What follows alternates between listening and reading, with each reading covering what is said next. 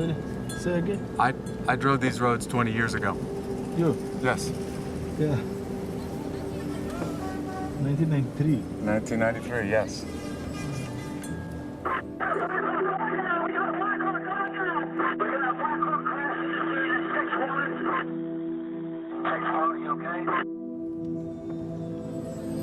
There is a great deal of killing, a whole lot of violence in the movie Black Hawk Down, but to be honest with you, it is a fraction of what really happened in Somalia.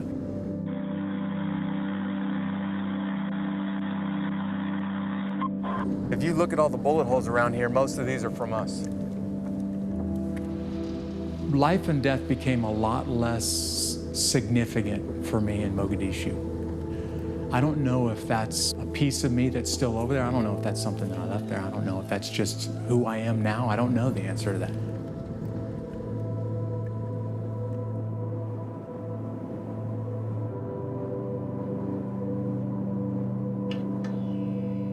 It was my job to lead the Humvees on all of the missions that Task Force Ranger did in Somalia. For the first 30 minutes, man, this thing went down like clockwork, except for one of the Rangers who was flying in on the Black Hawks.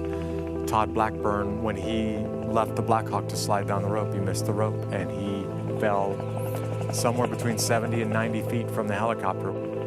So as soon as I got to the target building, I was already getting a call to take Todd Blackburn back to the base and drop him off.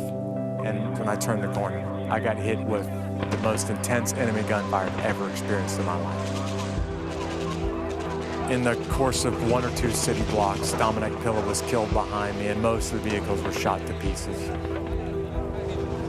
For the first time, I started to panic and everybody around me started to panic. And I was thinking, I know I'm gonna die.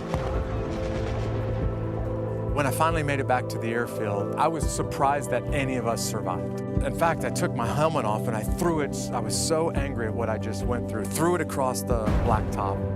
And that's almost the exact moment that my platoon leader said, Jeff, Mike Durant's helicopters crashed in the city and we don't have anybody else who can go back out there. I need you to get your men, get back on the Humvees, and go back out to the Durant crash site and see if anybody's alive there. I started to clean the blood and the brain matter off of the sides of this Humvee, getting ready to go back out into the city streets. And I was listening over the radio as this operation was spinning out of control and people's voices were getting more and more terrified. I started thinking about my family. I started thinking, God, I'm gonna die in the next few minutes. Everything inside of me was thinking, don't go back out there. So at that point, I just kept doing what I was doing and I started praying, God, I'm in big trouble now, and I know I'm gonna die, and I need your help. Whatever you want to happen to me tonight, God, I'm putting my life and my future in your hands. It was in an instant, as soon as I said that, I was still totally convinced that I was gonna die. But from that moment, the rest of the night, I didn't fear death at all. I think that is the only thing that gave me the courage to get on Humvees and drive back out in the city streets repeatedly.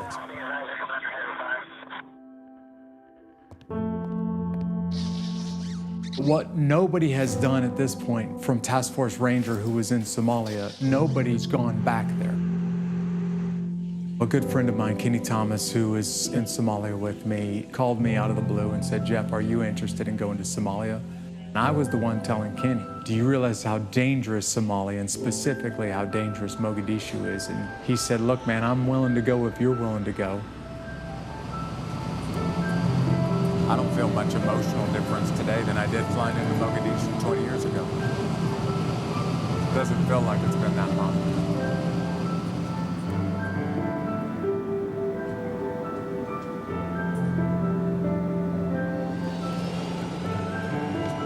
I haven't specifically thought of what it's going to be like, you know, for me personally or emotionally or psychologically going back over there. Probably haven't thought about it on purpose. The security supervisor here in Mogadishu for SKA.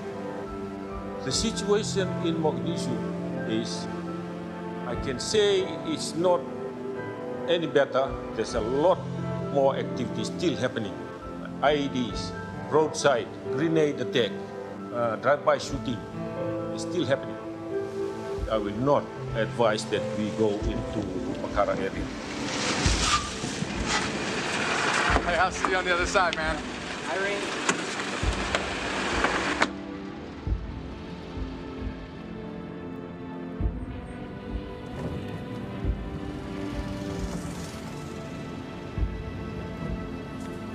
Hey, Jeff, do you recognize anything yet? All right, so anything on your right should be the Wolcott crash site, and right up here where those trees are to your left should be the Durant crash site. I was parked right here. In fact, I can still recognize some of those buildings that I spent the whole night parked in front of. So this is how you came in to get us, right?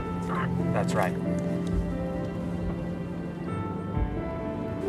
I think if you bang a right up here by this large 5-story building, you're gonna get real close to the original Target building. Oh, Jeff, tell the driver we're gonna go right. All right, we got it. Taking a right. Roger.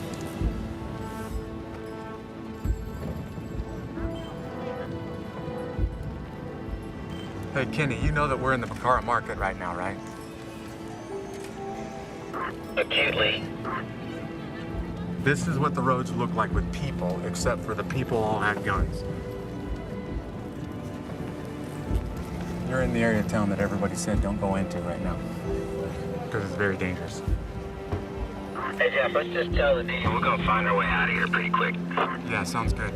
Hey, will you call them and tell them to go north to whatever, and then let's go back down via list. In front of Ministry. No, don't turn back. Tell them to go north, hit 21 October, and go down via Lynn. The roadblock? It's okay, keep going, keep going.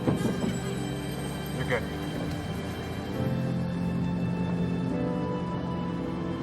Next to building my house. It is? That's your house? Next to building Yeah. my house. Hey, we did a lot of shooting back here 20 years ago, by your house. Is this Hawadig? Yeah, how would I miss that? Yeah, okay. We got into a big firefight right here, man. I drove down a narrow alleyway next to the Target building, and then I made a right turn onto that road. And when I made a right turn onto that road, that's where I got hit with about a couple of 100 to 1,000 enemy fighters within a few city blocks. That's where Dominic Pilla was killed. That's where the majority of the initial firefight that I experienced was there. And to this day, it's still the most intense firefight I've ever been in. What I remember thinking distinctly when we were driving back into the city the second and third time is, okay, I know I'm gonna die, but I know where I'm gonna spend my eternity. Now I just need to do everything necessary to make sure that my men don't die. I can't believe I survived that. Good gracious. There's no real explanation why I'm standing here right now.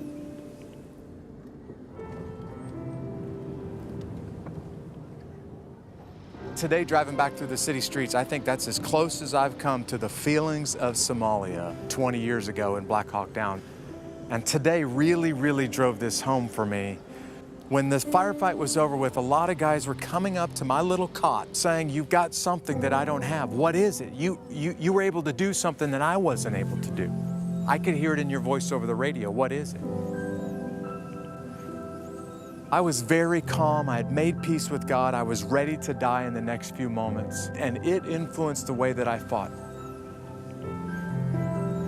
And seeing that spot today, where I washed the blood out of the back of the Humvees and where God gave me this sense of peace, has reminded me that death really became less significant to me in Somalia. And I wonder if life and death here on earth became less significant because eternity became so much more real to me in Somalia.